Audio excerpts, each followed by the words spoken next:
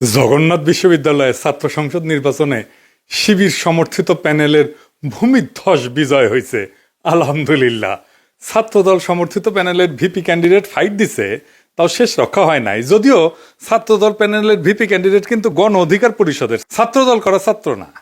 শিবির সমর্থিত প্যানেলের জন্য শুধু না, এটা জগন্নাথ বিশ্ববিদ্যালয়ের জন্য একটা ইতিহাস যে এটা জগন্নাথ বিশ্ববিদ্যালয়ের প্রথম ছাত্র সংসদ নির্বাচন। সকল জরিপ, বড় দল, বাঙ্গু মিডিয়া, বাঙ্গু সুশীল এবং গোয়েন্দা সংস্থার পরিকল্পনা ব্যর্থ করে দিল সাধারণ ছাত্রছাত্রীরা এইভাবেই। পুরনো আচার ব্যবহার দেখে এই সাধারণ ছাত্রছাত্রীরা তারা ছাত্রলীগের চাইতে কিংবা ছাত্র দলের চাইতে কিংবা অপরাপর সংগঠনগুলির চাইতে তাদেরকে ভালো মনে করেছে, ভোট দিয়েছে। আগামী 1 মাসের মধ্যেই যদি এই সমস্ত ক্যাম্পাস আবার ভোট হয়, আমি আপনাকে লিখে দিচ্ছি ছাত্র শিবির পাশ করবে না।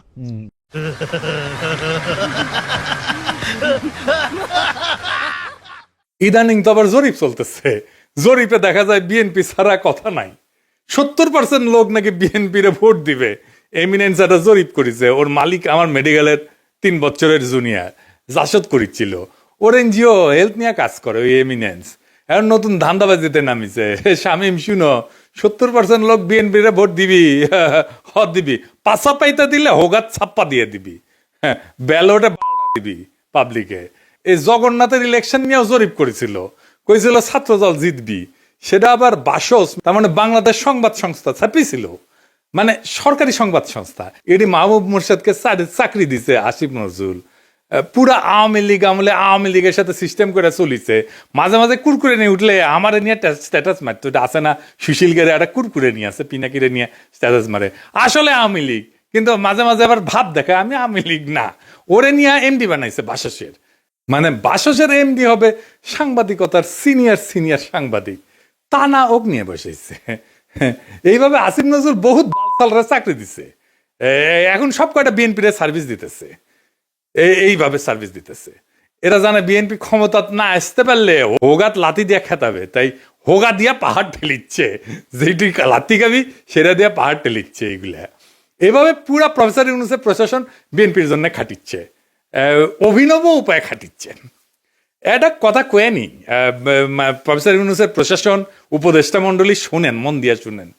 বৃহত্তর বিএনপির প্রফেসর ইউনূসের উপদেষ্টা পরিষদের শাখার সদস্যরা এবং প্রশাসনে বিএনপির লেসপেন্সাররা শুনে রাখেন, আপনারা রাষ্ট্রের কর্মচারী, ওই রাষ্ট্রের মালিক জনগণ, বিএনপি না।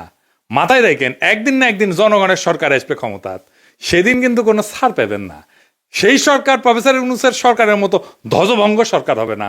সেই সরকার হবে জুলাইয়ের আগুনে উদ্দীপ্ত সরকার। হোগার চামড়া কিন্তু তুলে নেওয়া হবে, মাইন্ডি পলাহে পারবেন না। রাষ্ট্রের কর্মচারী হিসেবে নিরপেক্ষ থাকবেন, সামান্যতম পক্ষপাতিত্ব করবেন তো সেইটার কাফফারা দিতে হবে, মাপ নাই। সেই কাফফারা ভয়ঙ্কর হবে, সরি কওয়ার কলের টাইম পাবেন না। এবার আসেন আমরা দেখি কেন ছাত্রদল এভাবে হারিচ্ছে আর নাম হয়েছে হারু পাট্টি। হ্যাঁ বুঝে চাও। এই আলাপগুলো আমরা অনেক আগের থেকেই করিচ্ছি। প্রথম কারণ হইতেছে তাদের দীর্ঘদিন ছাত্র দলে কোনো রিক্রুটমেন্ট নাই, নতুন ছাত্র ঢোকেনি। না ঢুকলে দল থেকে আওয়ামী বিরোধী ছাত্র রাজনীতি তো বন্ধ থাকে নাই, তাই না? ওরা কয় যে শিবির আছে কারণ ওরা গুপ্ত রাজনীতি করছে। তা আওয়ামী বিরোধী ছাত্র রাজনীতি কি বন্ধ ছিল? ছাত্রলীগের লুঙ্গির তলে ছিল নাকি শিবির? নূরের দল তাহলে কেমনে তৈরি হইল? নাহিদ আসিফরা কিভাবে তৈরি হইল? ওরা তো গুপ্ত রাজনীতি করে নাই।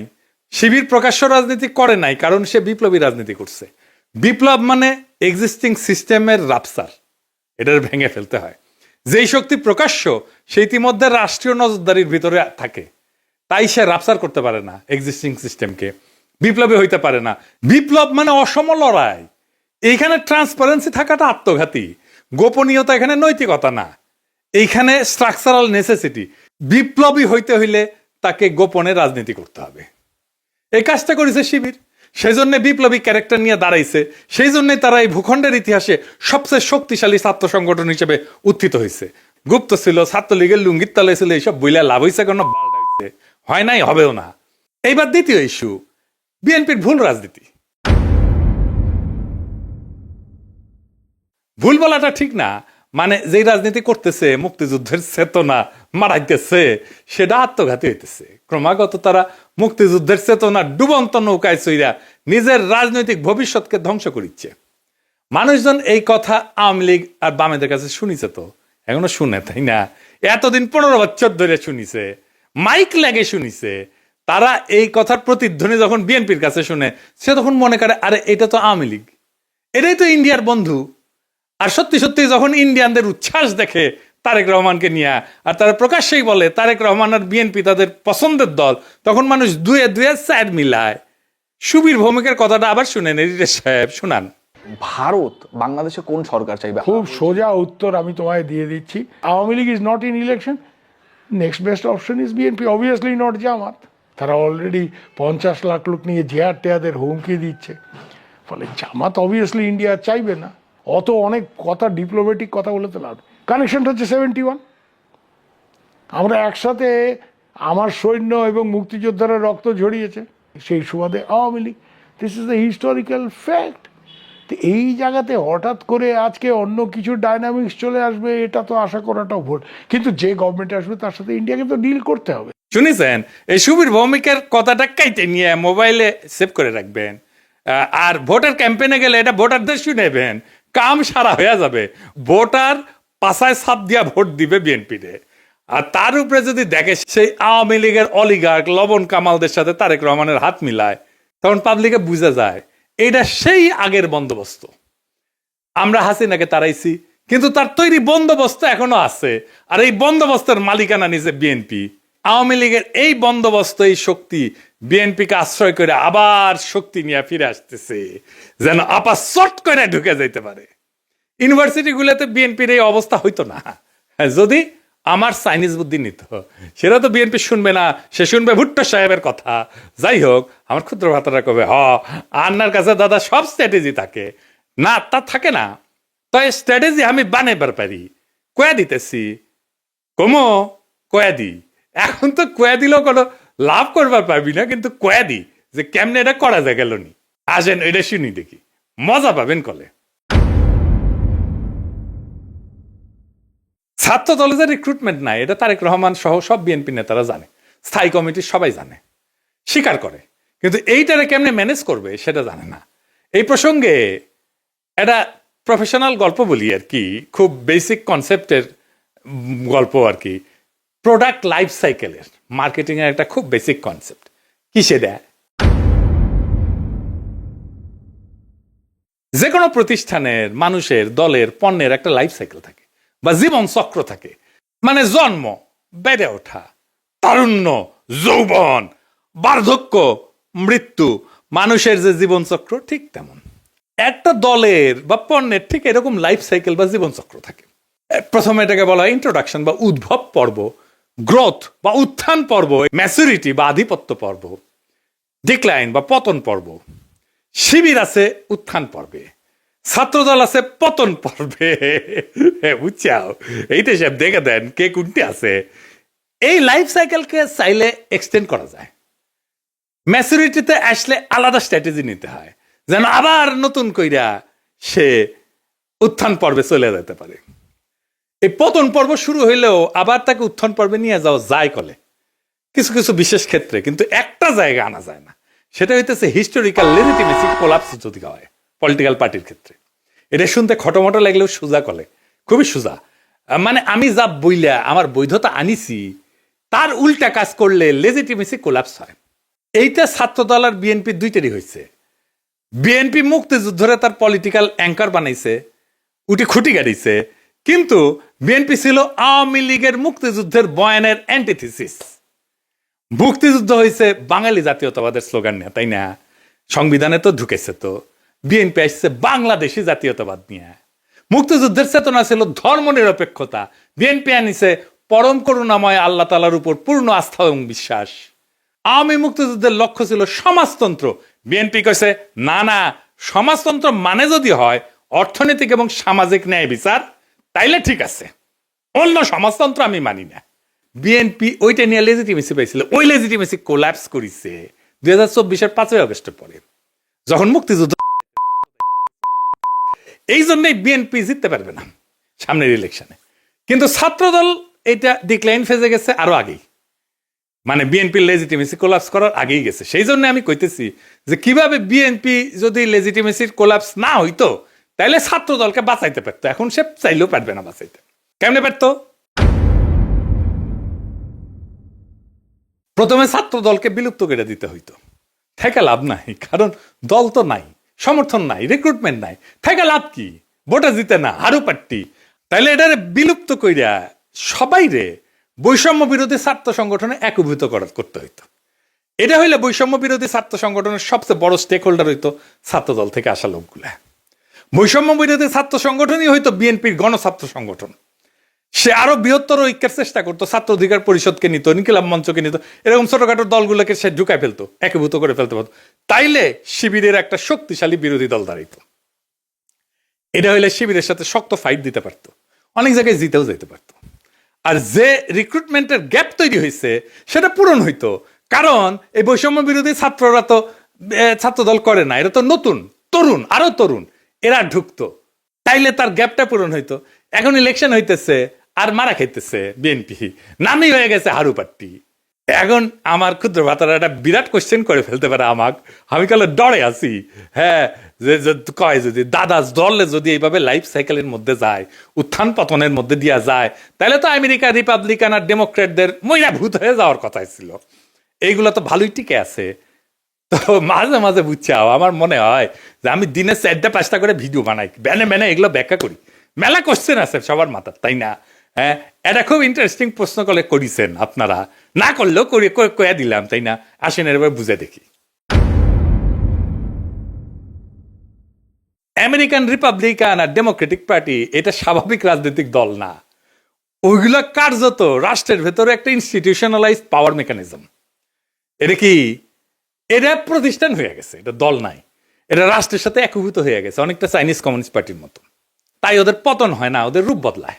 এই যে লাইফ সাইকেল থিওরি, যে জীবনচক্র থিওরি যেটা কইলাম, এটা কাজ করে হয়েছে, এটা ক্লাসিক রাজনৈতিক দলের মতো, ক্লাসিক রাজনৈতিক দল যেগুলো আদর্শিক দল বা ক্যারিসমেটিক লিডার আছে, যেমন মুজিবের দলের মতো, জামাতের মতো, শিবিরের মতো, কমিউনিস্ট পার্টির মতো, রেভলিউশনারি বা পোস্ট কলোনিয়াল দল কংগ্রেসের মতো, এবং দুর্বল রাষ্ট্র কাঠামোর দেশে Bangladesh, Pakistan, Africa, Latin America, এই সমস্ত জায়গায় এই সমস্ত থিওরি খাটে দলগুলোর ক্ষেত্রে। কংগ্রেসের মরে যাওয়া দেখে বুঝতে পারতেছেন, বিজেপির উত্থান থেকে বুঝতে পারতেছেন। আমেরিকান পার্টিগুলো আলাদা, রিপাবলিকান পার্টি, ডেমোক্রেটিক পার্টি, কোনোটাই কোনো ইডিওলজি না, কিন্তু কোনোটা একজন লিডারের উপরে দাঁড়ানো না, আদর্শিক নেতা নাই, কোনোটা একটা শ্রেণীর একচ্ছত্র প্রতিনিধি না, বরং এরা হইলো একটা নির্বাচনী ঐক্যের একটা ফ্রন্ট। এবং এরা কখনো পতন হয় না কয়েকটা কারণে, আমি এটা করে বলি। এক নম্বর হইতেছে 2 পার্টি সিস্টেম, এখানে 3 নাম্বার পার্টি এসে ক্ষমতার অংশ হওয়া এক্সট্রিমলি ডিফিকাল্ট। সেই জন্য এই 2 পার্টির বাইরে আসলে কেউ যাইতে চায় না, রিস্ক নেয় না। আমেরিকার মানুষ রাগ করলে নতুন দল বানায় না, পুরানো দলের ভিতরে ঢুকে সেটা বদলানোর চেষ্টা করে। এবং আপনি দেখবেন রিপাবলিকান এবং ডেমোক্রেটিক পার্টি দুটেরই বদল হয়েছে ভিতর থেকে মেলাবার, 1-2 না। এই কারণে দল ভাঙে না, ভেতরের রূপটা বদলায় যায়। এখানে পার্টি মানে কিন্তু দর্শন, আদর্শ না। রিপাবলিকান মানে একটা জিনিস না, কিন্তু একটা পার্টি না। এর মধ্যে রিগানের কনজারভেটিভ পার্টি আছে, বুশের নিউকন আছে, ট্রাম্পের পপুলিস্ট পার্টি আছে, ন্যাশনালিস্ট পার্টি আছে। ডেমোক্রেটিক মানেও এক জিনিস না। ক্লিন্টনের নিও লিবারেল আছে, ওবামার টেকনোক্রেটিক পলিটিক্স আছে, বার্নি স্যান্ডার্সের ডেমোক্রেটিক সোশ্যালিস্ট আছে। তাই ভেতরের আইডিওলজি কে নেতৃত্ব দিচ্ছে সেই আইডিওলজিটা বদলায়, কিন্তু পার্টি থাকে। আর একটা জিনিস হচ্ছে স্টেট পার্টি, একটা ফিউশন হয়েছে আমেরিকা, পার্টি আর স্টেট একসাথে মিলে গেছে। যেমন ধরেন কংগ্রেস ককাস বলে একটা জিনিস আছে, যেখানে 2 পার্টি একসাথে কাজ করে। স্টেট গভর্নর নেটওয়ার্ক যেটা, সেখানে 2 পার্টি একই সাথে সমান শক্তিশালী। থিঙ্ক ট্যাঙ্ক, তারপরে যে ডোনারদের ক্লাস, মিডিয়ার যে ইকোসিস্টেম, এই সবকিছু মিলে এটা একটা সংগঠন না, এটা একটা পাওয়ার ইনফ্রাস্ট্রাকচার হয়েছে। আমেরিকান এলিটদের যে কনফ্লিক্ট, এইটা ম্যানেজ করা হয় এই 2 পার্টির এই সিস্টেমের মধ্যে দিয়া। এই 2 দল আসলে এলিটদের মধ্যে পাওয়ার শেয়ারিং মেকানিজম। জনগণের যেটা ক্ষোভ, এটাকে ইনস্টিটিউশনাল চ্যানেলের মধ্যে ঢুকে দেয়। আর এরা ক্রাইসিসে ভেঙে যায় না, রিব্র্যান্ড করে নিজেদেরকে। যেমন ধরেন ভিয়েতনাম যুদ্ধের পরে ডেমোক্রেটদের রিফর্ম হয়েছিল, সিভিল রাইট মুভমেন্টের পরে রিপাবলিকানরা একটা সাউদার্ন স্ট্র্যাটেজি নিয়েছিল, 2016-তে সেটাতে ট্রাম্পের নতুন তত্ত্ব, এই পপুলিস্ট তত্ত্ব নিছে। তারা ইডিওলজিক্যাল রিসাইক্লিং করে। তার মানে কি ওরা কখনো মরবে না? মরবে, কিন্তু পার্টির নাম মরবে না, ভেতরের আত্মা মরে যাবে। আজকের রিপাবলিকান পার্টি লিঙ্কনের রিপাবলিকান পার্টি না, আইসেনহাওয়ারের রিপাবলিকান পার্টি না, আজকের Democratic party John F Kennedy Democratic party না, বা ফ্র্যাঙ্কলিন রুজভেল্টের ডেমোক্রেটিক পার্টি না, কিন্তু লেভেলটা টিকে থাকে দলের, কারণ লেভেলটাই পাওয়ারের টিকিট। বাংলাদেশের দল মানে রাজনীতি, আমেরিকায় দল মানে রাষ্ট্র পরিচালনার সফটওয়্যার। সফটওয়্যার তো আপডেট হয়, ডিলিট হয় না, ইনকাই আর কি। সেই জন্যে এগুলা ডিক্লাইন হয় না। তো জগন্নাথ বিশ্ববিদ্যালয়ের নতুন ছাত্র সংসদকে অভিনন্দন। এই বিজয় কোনো দলের কিন্তু একক বিজয় না, এটা সাধারণ ছাত্রছাত্রীদের বুদ্ধিবৃত্তিক বিদ্রোহের ফল। আপনাদের সামনে কাজ অনেক। আপনাদের ক্যাম্পাসে এখনো পর্যাপ্ত ক্লাসরুম নাই, পর্যাপ্ত টয়লেট নাই, বিশেষ করে নারীদের টয়লেট নাই, স্যানিটেশন সংকট আছে, আবাসন নাই, ক্যান্টিন নাই। এই সমস্যাগুলো আজও সমাধান হয়নি, কারণ এগুলো কখনোই রাষ্ট্রের কাছে অপরিহার্য সংকট হয়ে ওঠেনি। এখন দায়িত্ব আপনাদের এই সংকটগুলোকে দাবি থেকে প্রয়োজন, প্রয়োজন থেকে অনিবার্যতায় রূপান্তর করার। রাষ্ট্র সাধারণত তখনই নৈরাচরে বসে যখন বোঝে এই সমস্যার সমাধান না হইলে স্বাভাবিক শাসন চলবে না। আমি বিশ্বাস করি ঐতিহাসিক ছাত্র সংসদ যদি সংগঠিত, ধারাবাহিক এবং নৈতিক চাপ তৈরি করতে পারে, তাইলে এই ক্যাম্পাসের বাস্তবতা বদলাইতে বাধ্য হবে। আর একটা কথা পরিষ্কার করিয়া বলি, প্রফেসর ইউনূসের সরকার এবং প্রশাসনকে রাষ্ট্রের কর্মচারীরা কারো দলীয় সম্পদ না। রাষ্ট্রের মালিক জনগণ। সময় বদলায়, সরকার বদলায়, কিন্তু দায় থেকে কেউ কিন্তু মুক্ত হয় না। আজ যারা সিদ্ধান্ত নিচ্ছেন যে আপনারা বিএনপির ক্ষমতায় আনবেন এবং বিএনপির লেসপেন্সারি করবেন, আপনাদের মনে রাখা উচিত ইতিহাস কখনো হঠাৎ বিচার করে না, কিন্তু একদিন ঠিকই হিসাব খুঁড়ে নেয়। আর এই ছাত্র সংসদের কাছে আমার প্রত্যাশা একটাই, আপনারা ভবিষ্যতের জন্য রাজনীতি তৈরি করবেন। এই ক্যাম্পাসের ভাষা যদি বদলায়, তাহলে দেশ বদলায় তো সময় লাগবে না। আশা করি আগামী ফেব্রুয়ারিতে আমাদের বন্ধুসুলভ সরকার আসলে আপনাদের যতগুলো সমস্যার কথা বললাম, এই সমস্যাগুলোর সমাধানের জন্য আমি ব্যক্তিগতভাবে আপনাদের সাথে থাকব। ফেব্রুয়ারিতে আমাদের ফ্রেন্ডলি সরকারি ক্ষমতা আসতেছে ইনশাল্লাহ। চান্দাবাজ, ধান্দাবাজ, লুটেরা, ইন্ডিয়ার নব্য লেসপেন্সারেরা ক্ষমতায় আসবে না। আমি যে এপিসোডের পরে ইনকিলাব বলি, ওইটা কিন্তু শুধু স্লোগান না। ইনকিলাব মানে বদল, ইনকিলাব মানে বিপ্লব, ইনকিলাব মানে ভেঙ্গা চুইরা নতুন ভাবে গড়ে তোলা, ইনকিলাব মানে দেশ এবং জাতির জন্য অপরিহার্য হইয়া ওঠা। ইনকিলাব জিন্দাবাদ।